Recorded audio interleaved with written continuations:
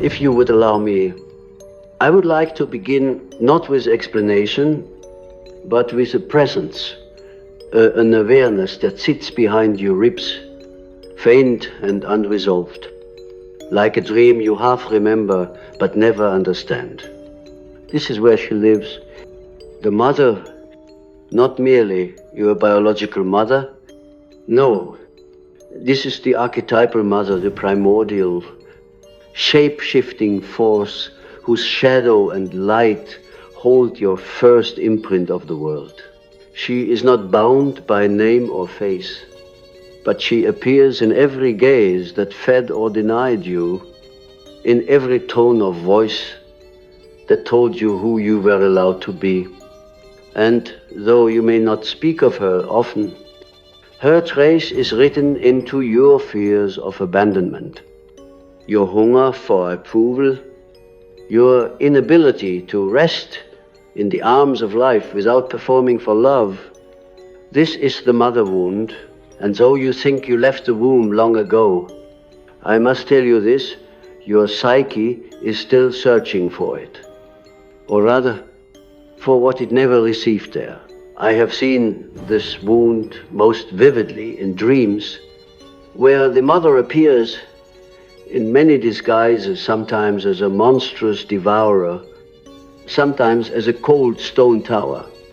Other times, she floats in like a distant fog, unreachable, unholding. The dreamer wakes up crying without understanding why, but I understand. I have seen the emotional body of modern man, and he is starved for the great mother. Let me be clear. The mother wound is not about blaming your personal mother. It is not your task to crucify the woman who birthed you, nor to sanctify her. The human mother is a vessel, yes, but also a limited creature. She herself was shaped by the mother archetype, just as her mother before her. The wound you carry is not personal. It is transpersonal. It is older than you, older than her. It is woven into the archetypal structure of your unconscious. It is part of the great myth you are unconsciously living. You see, the unconscious mind does not differentiate between symbols and reality. And so the first experiences of nourishment, warmth, and attunement, or the lack thereof, becomes a very blueprint by which you will interpret the world. If your early life was marked by unpredictability, by coldness, by neglect, the world itself may forever feel unsafe. Not because it is, but because the mother was, the world becomes the mother, and the mother becomes fate. This is why, no matter how old you become, you may still find yourself striving, pleasing, self-sacrificing, terrified to displease, desperate to be seen.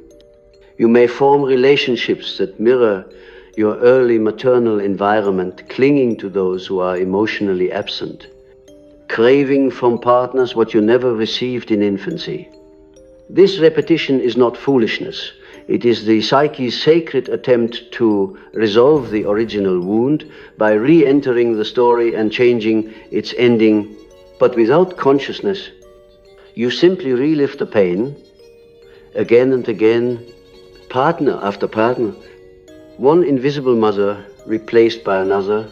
The mother wound shapes your sense of worth, not intellectually, but at the very foundation of your being.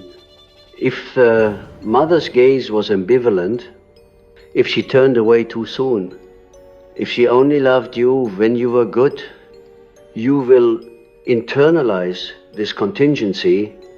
You will believe deep in your unconscious that love must be earned through obedience, perfection, invisibility.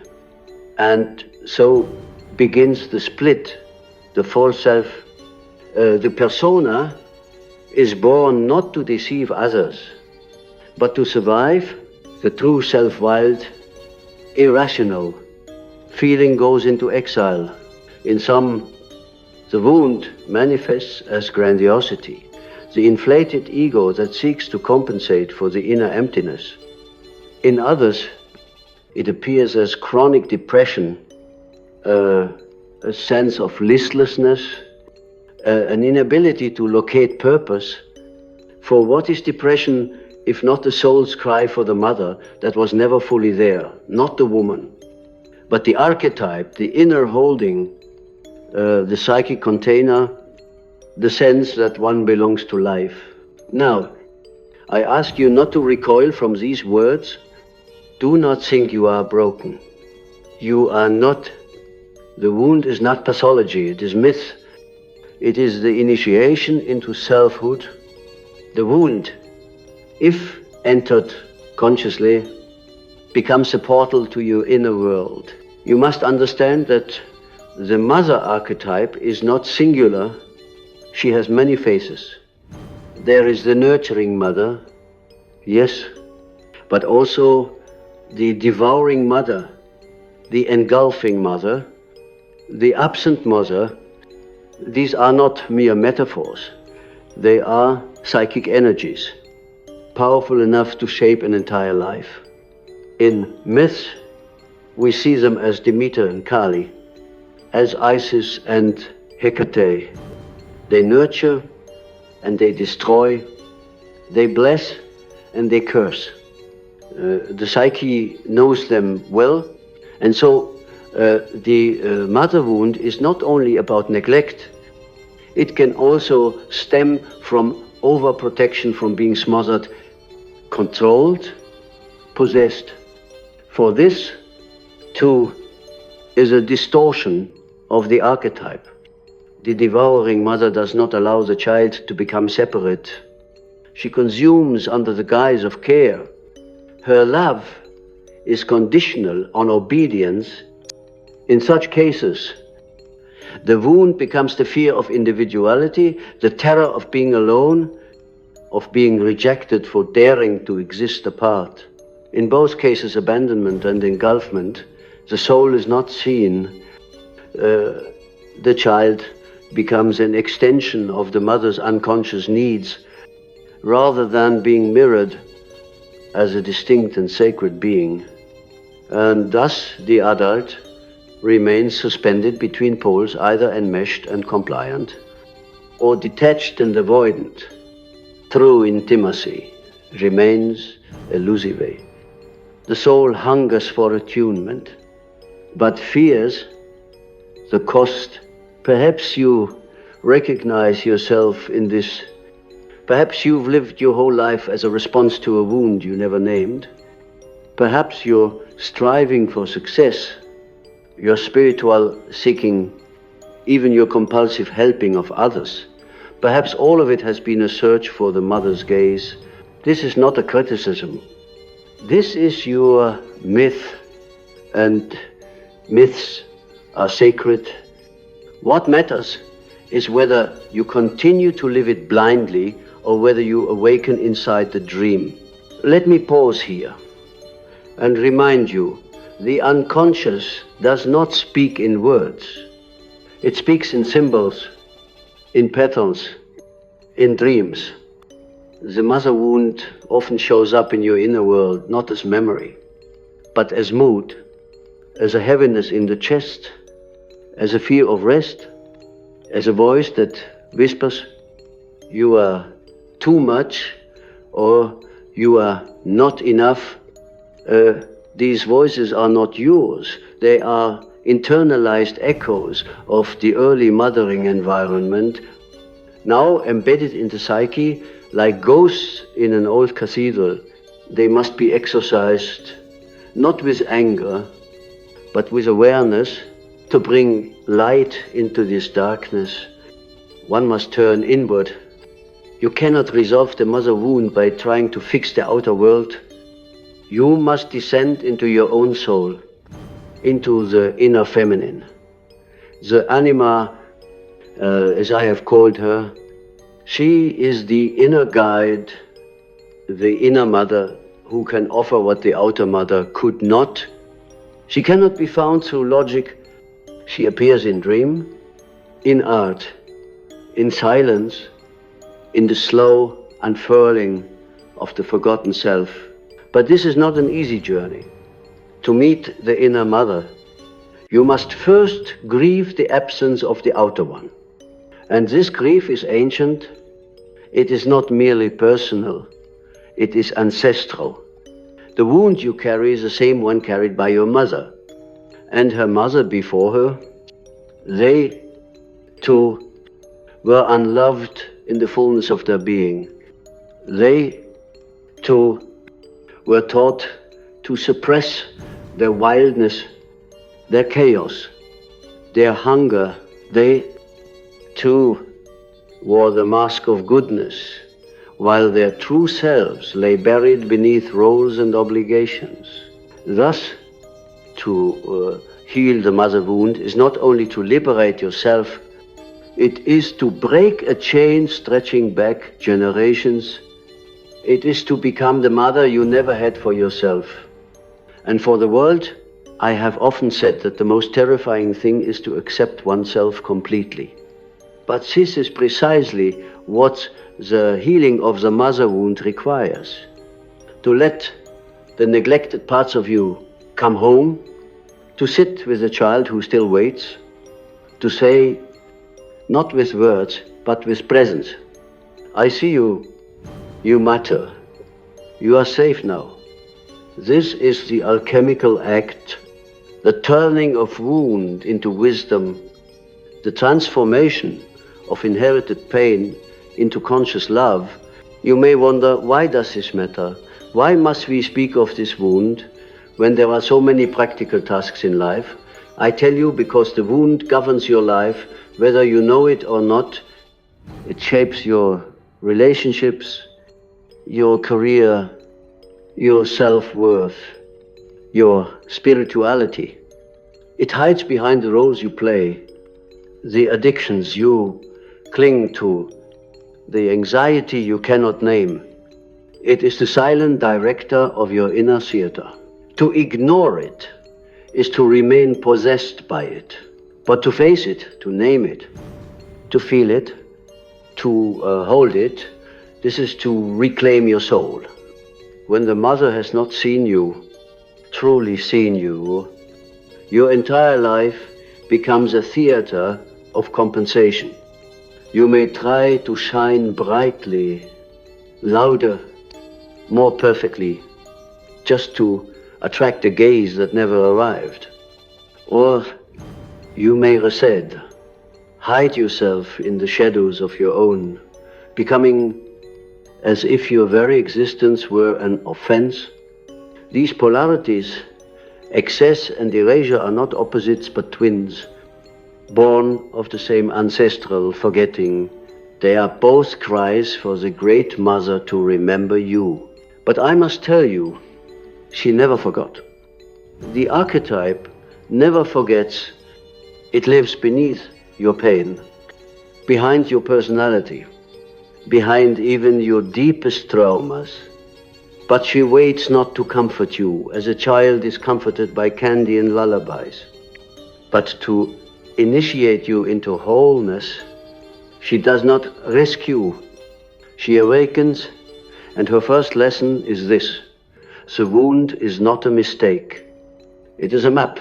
There is a danger in modern psychology, one that seeks to patch over pain with techniques, interventions, even positive affirmations, as if the soul were a machine needing only proper calibration. But the soul is not a machine. It is a vessel for mystery. Pain is not an error in its system. It is a messenger, a doorway, a sacred crack in the ego's architecture where the unconscious can speak. When you carry a mother wound, your ego is often built upon unstable soil. You grow up believing that you must construct an identity pleasing enough, useful enough, spiritual enough, silent enough to be worthy of love. But such love is not love. It is performance, and it creates an endless spiral of doing to be seen, achieving to be enough, suppressing to be safe. At some point, the soul revolts, the body breaks down, dreams become louder, the symptoms appear, and this is not a failure. This is the moment of return. Yes, return. For the path forward is always a circle, a spiral inward, not to regress, but to retrieve, to gather the parts of you that split off when the mother was not there.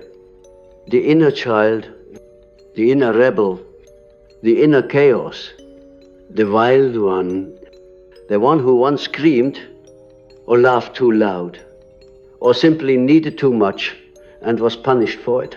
These are not flaws. These are fragments of the self, banished to the unconscious because they threatened your survival in a world ruled by conditional love. To reclaim them is to reclaim your soul. The psyche has always known this.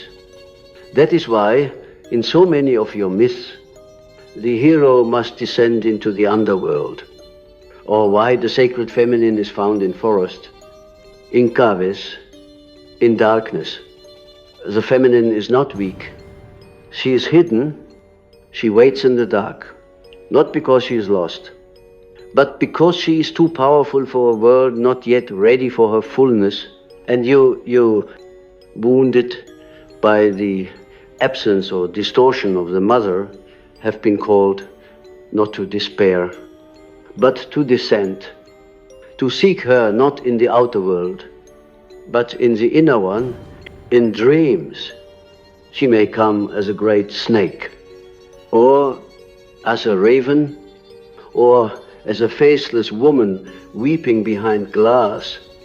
She may come as the ocean, or as an old woman knitting by the fire. She may appear grotesque or divine. Do not judge her form. The unconscious speaks in symbols, not in sermons. It is your task to listen, not to censor. But beware, the first encounter with the inner mother is not always comforting. Sometimes she arrives as the devouring one. She may show you all the ways you have betrayed yourself to be loved. She may expose the false self you built like scaffolding around an empty core. This can be terrifying, but it is sacred, for only by seeing the false can the true be born. You may find during this descent a particular grief that has no language, a sorrow so old it predates your biography. This grief is not only yours, it belongs to your maternal line, to the collective unconscious. It is a cry of generations of women and men who were severed from the great mother and then made to perform life without her.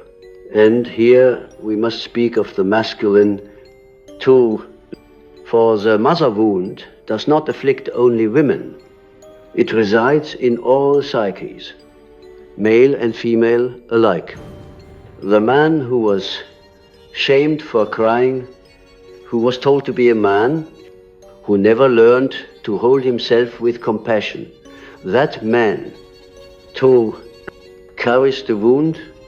Often he displaces it onto women, idealizing them, resenting them, fearing their chaos, needing their approval, yet withdrawing from their depths. Or he becomes emotionally distant, preferring control to vulnerability, intellect to feeling he is not cool, he is motherless. And so we have generations of men and women longing for something they cannot name, seeking in others what was never found in themselves. They call it romance, or spirituality, or ambition. But underneath it all is a silent plea. Hold me, see me, let me be. The outer world cannot fulfill this plea. Not fully. It can mirror, perhaps for a time, but only the inner mother can offer true holding, and she does not arrive through effort, she arrives through surrender. This is why I often speak of the importance of imagination, of active imagination, of dialogue with the unconscious to heal. The mother wound is not merely to understand it, it is to enter into relationship with the inner feminine. You cannot analyze her into existence. You must encounter her. There is a room in your psyche, quiet, dimly lit, never entered. In that room sits a woman. She has been waiting. She is neither young nor old. Her eyes are deep wells. Her hands, ancient branches. She does not speak unless spoken to. But if you sit with her, day after day, she will begin to stir. And one day she will place her hand upon your shoulder, not to fix you, but to remind you that you were never broken. This is the turning point. From here, the wound becomes the womb. What once was a site of pain becomes a source of power. You no longer seek the mother outside of you, because you have found her within. She is no longer a ghost that haunts your relationships. She becomes the soil from which your wholeness grows. You begin to feel your body differently, not as an object to be controlled, but as a sacred animal that longs to be listened to. You begin to trust your emotions, not as weaknesses, but as rivers of meaning. You find yourself softening, resting, saying no, saying yes, speaking truth, letting go. You become your own mother, and this changes everything, because when the inner mother is present, the inner child can play, and this child, this radiant, wild, holy being is your true self. Not the persona, not the wounded mask, but the unguarded soul that came into this world before the wound ever touched you. Do not expect this to be a linear process. Healing is a spiral. Some days you will feel whole. Other days, the old voices return. You are too much. You are not enough. Do not fight them. Witness them. Hold them in the presence of the mother within, for even the voices of shame are merely orphaned parts of your psyche, longing to be brought home. This is not sentimentality. This is alchemy. The alchemists knew it well. Solve, coagula, dissolve and recombine. The mother wound must first dissolve the structures that no longer serve you beliefs, attachments, false identities. This is the dismemberment, the chaos, the darkness. But from this, something new coagulates, a new identity, not built on survival, but on soul, a life not lived for approval, but for authenticity. And so I say to you now, let yourself unravel. Let the grief move. Let the rage move. Let the ache of not being held come up through your bones and into the fire of your awareness. Not to destroy you, but to baptize you. You were never meant to be whole. Without breaking, wholeness is not the absence of fracture. It is the integration of what was once abandoned. The Great Mother is not a fantasy. She is the source, she is Sophia, the divine wisdom. She is the dark cave of unknowing where truth is born. She is the dream you keep returning to, the song that makes you weep and do not know why. She is the fertile void beneath your control. To meet her is to meet life. But life is not always safe. Life is not neat. Life, like the mother, is fierce. She will hold you, yes, but she will also demand your becoming. She will not let you hide in your old stories. She will call you into the terrifying freedom of authenticity.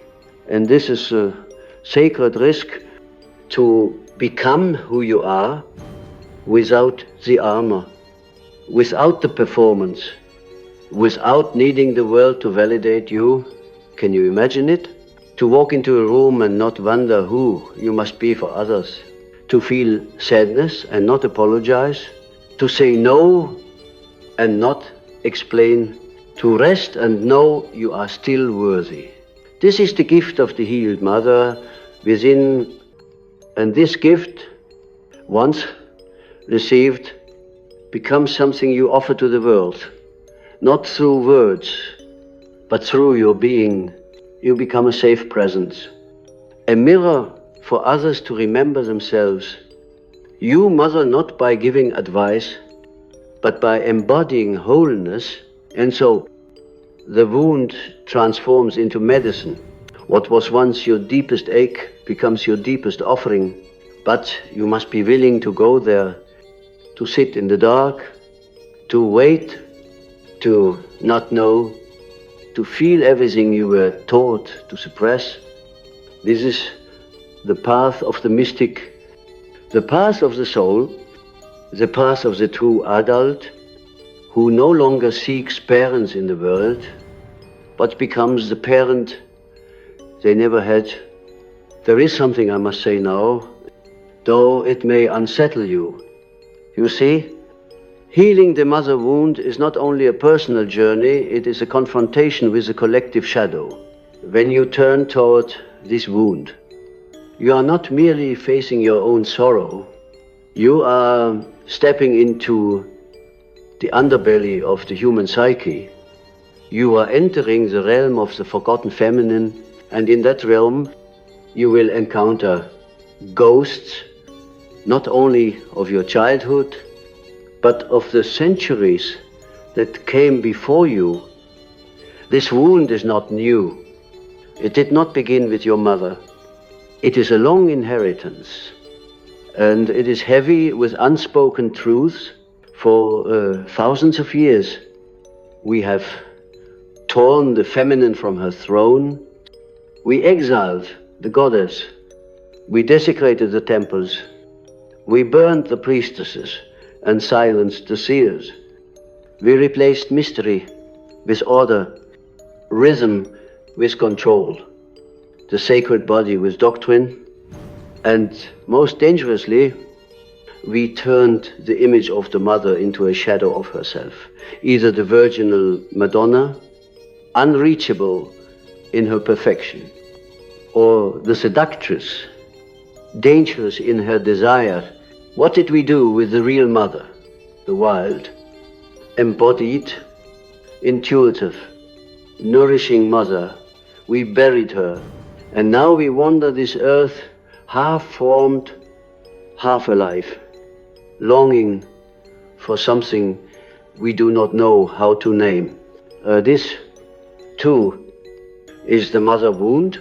It is cultural, it is civilizational, it is the ache beneath your overachievement, your addiction to certainty, your fear of rest, your mistrust of chaos. It is the reason you keep apologizing for needing love. It is the voice that says you must earn your place, even in your own life. And yet, beneath this layer of abandonment, beneath the collective forgetting, the archetypal mother still sings. She sings in the rivers and the blood, in the forests and the dreams, in the lullabies you cannot remember but still feel. She sings in symbols. Let me speak to you of these symbols, for they are the language of the soul. In dream after dream, I have seen the image of the house where one grew up, or a strange house full of hidden rooms. This house is the psyche. Its basement is the unconscious, its attic, the higher mind. But where is the mother?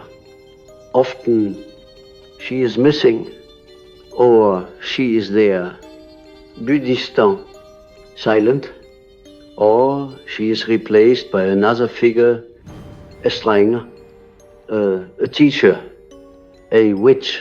What does it mean? It means the original structure was broken. The early container, the home of the soul, was fractured. And the dream is attempting to rebuild it.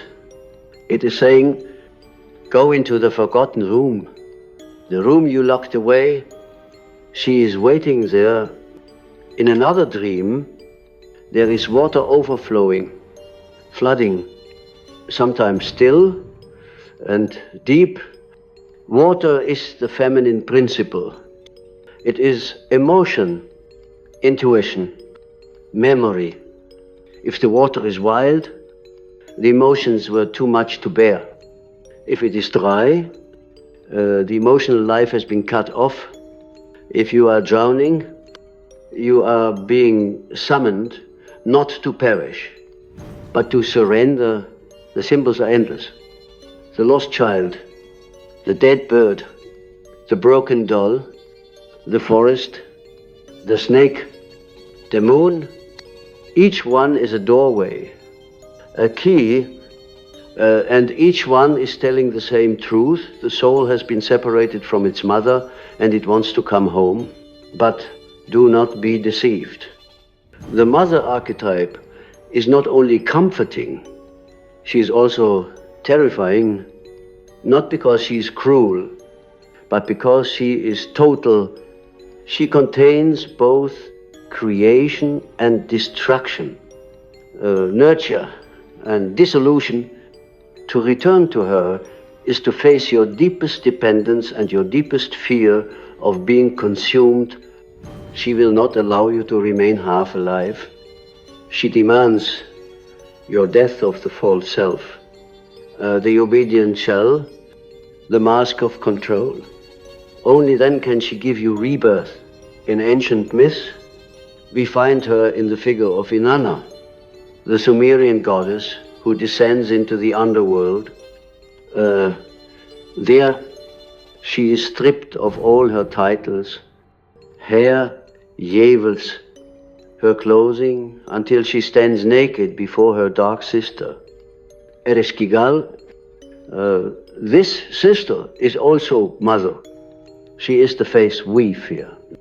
The one who holds the pain, the rage, the grief that the surface world cannot digest.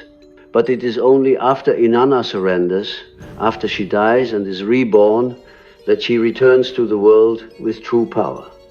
Not the power of dominance, but the power of integration. See you to Meurtre descend. You must face the sister. You've denied the abandoned part of you that still cries in the night. The one who rages at being unloved. The one who never learned to say, I need. That voice, though small, is sacred. It is not weakness, it is truth. And if you listen, really listen, you will hear the voice shift.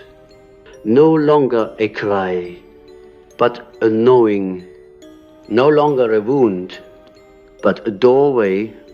This is the voice of the inner mother, awakening, and when she speaks, the world begins to change. Not because the world is different, but because you are you begin to respond to life differently. You no longer chase those who cannot love you. You no longer betray your body for someone else's comfort. You no longer sacrifice your truth to stay safe, because now you are held not by another, but by your own inner being. And yet, this is not the end. It is only the beginning, for as the inner mother awakens, so too does the great mother, the archetypal presence that exists beyond your personal psyche. She is the matrix of all life, the web that holds the world, and she too is calling. She calls through the crisis of modern life, the burnout, the numbness, the ecological collapse.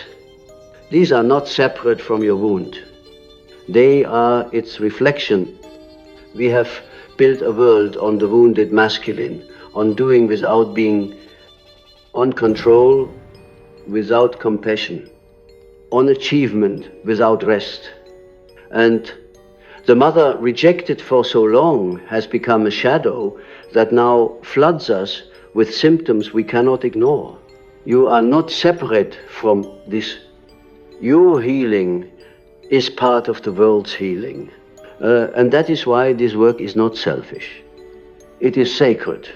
To tend to the mother wound is to restore balance, to return to rhythm, to listen again to the intelligence of the body, of nature, of soul. It is to say no to the machines of perfection and yes to the messy, beautiful process of becoming human again. Do not wait for permission. The world will not applaud your softness. It will not reward your slowness. But your soul will, it already does. I see this especially in women who carry the mother wound twice over, not only as daughters, but as potential mothers themselves. They fear repeating the pain, or they fear becoming like the mother they once had. But what they do not yet know is this: your awareness is already the break in the chain.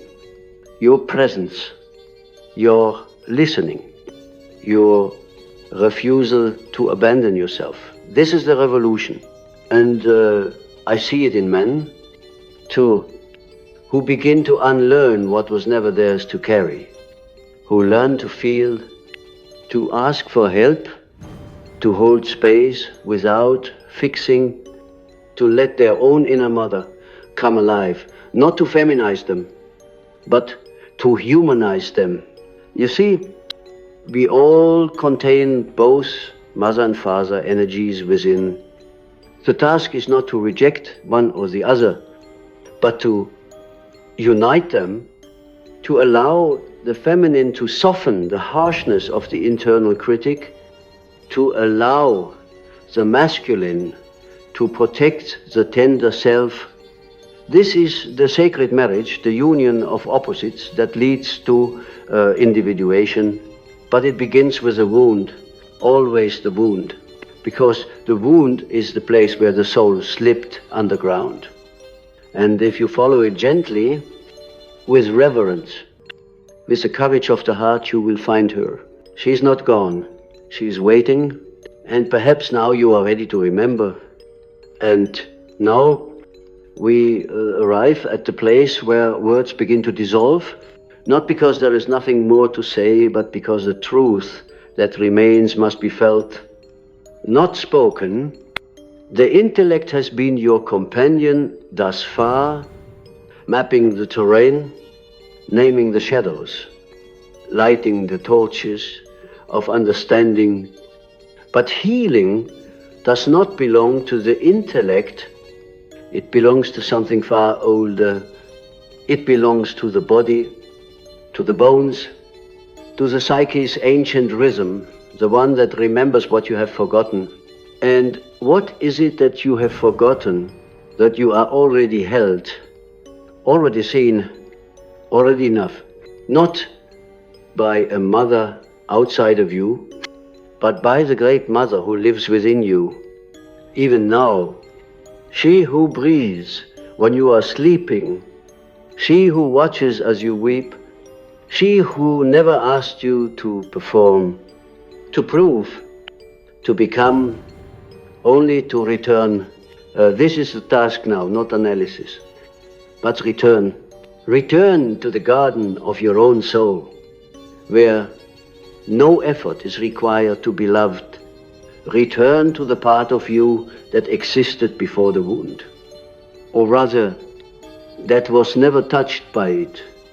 Return to the body, not as object or burden, but as temple, vessel, beloved.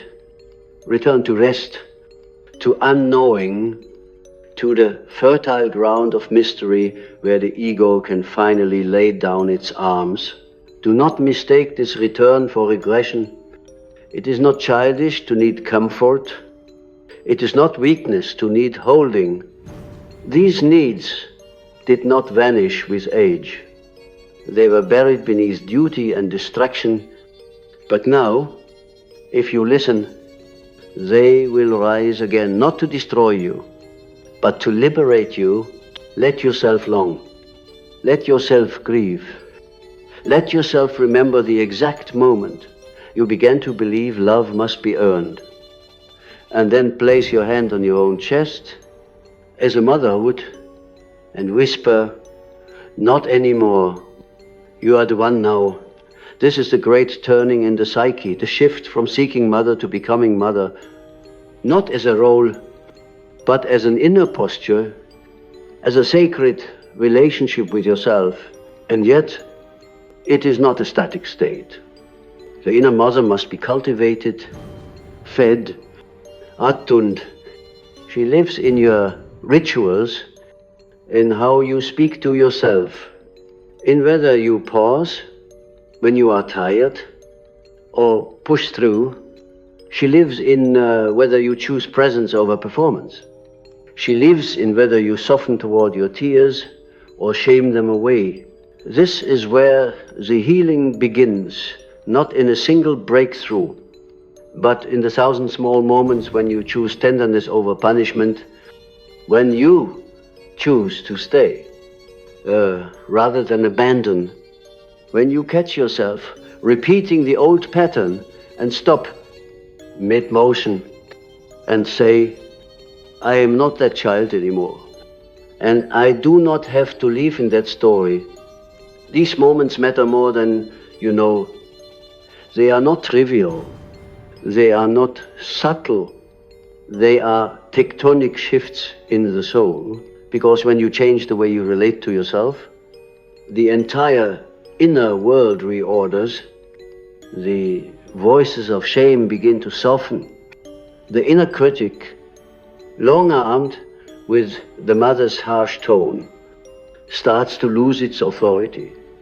The frightened child within no longer hides. She begins to peek out, to speak, to laugh, to trust, and slowly you begin to experience what was once unthinkable safety. Not because the world becomes safer, but because you have become a sanctuary. Let me tell you something. The unconscious understands. Well, safety is not found in comfort. It is found in connection, not with others first, but with the self. The true self, the one who was never lost, only buried beneath layers of abandonment, protection, and forgetting. To meet this self is to meet God, not the God of doctrine, but the God of experience. The God who holds both light and shadow, who asks nothing of you except your realness, who is not above you, but within you in the tears, in the tremble, in the laughter that rises without reason. This God wears the face of the Great Mother. She is the one you've been searching for in every partner, every teacher, every spiritual path. And now At last, she is no longer a projection. She is a presence, your presence. You do not have to know what to do. You only have to begin gently, humbly. Perhaps it begins with silence. 10 minutes a day when you place your hand on your heart and simply feel, no agenda, no fixing, just being. Perhaps it begins with writing to the child within you, not to instruct, but to listen.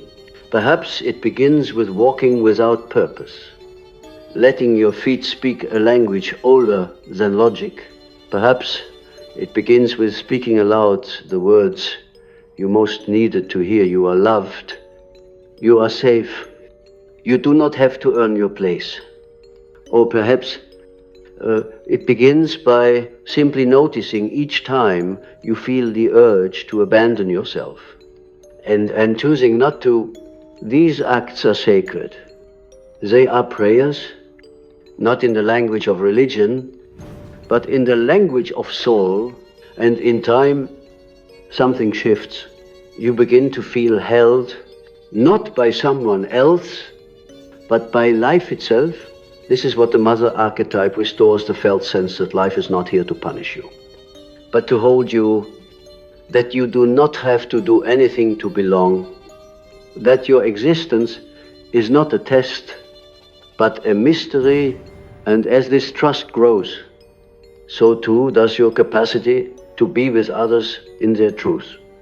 You become less reactive, less controlling, less afraid, because you are no longer looking to others to give you what your soul now provides.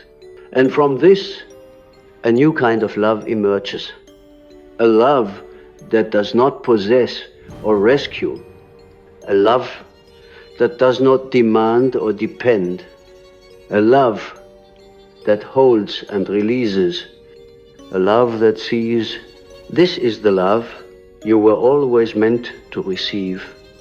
And now it is the love you are capable of giving, not because you were never wounded, but because you have walked through the wound and come out the other side. Let me tell you, that is power, not dominance, not perfection, but wholeness, and that is what the world needs now.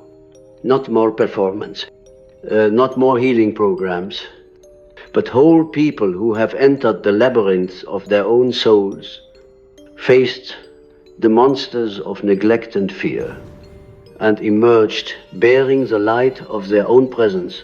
This light is not loud. It does not preach. It does not strive. It simply is. And in its presence, others begin to remember themselves. That is the ripple. You heal the mother wound, not just for yourself, but for your lineage, for your children, for your culture, for the earth, which also carries this wound, this forgetting. And in doing so, you become something rare, something holy.